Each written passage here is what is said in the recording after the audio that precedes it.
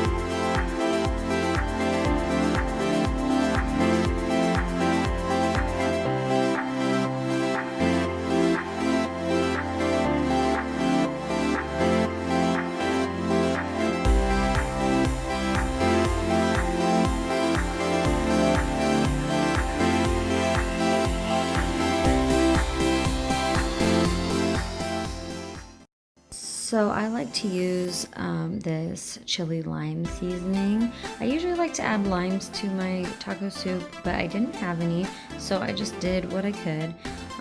As you can see, I didn't really measure out how much seasoning I put in there, but I just put probably about 1.5 teaspoons. I ended up adding in some onion powder and garlic powder, and then probably about 1/4 teaspoon of cumin as well.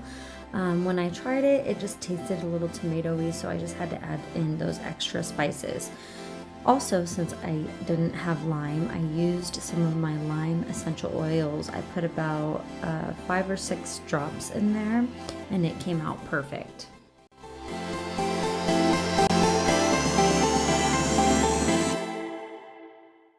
Okay, so while that's cooking, I'm gonna move on to the next thing. So, I told you guys that we're making some changes to our diets, and I saw these at the store yesterday,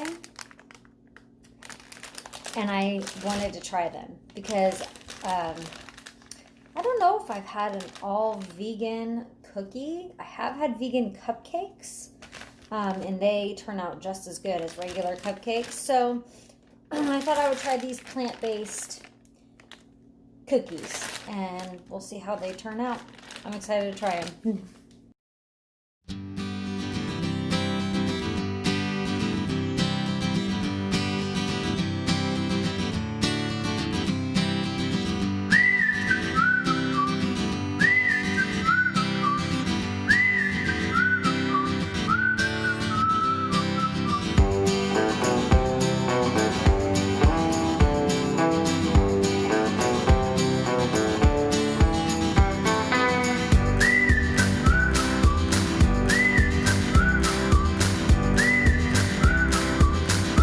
So I baked these for 18 minutes. I would probably recommend doing them for 16 or 17 minutes. They came out a little overcooked.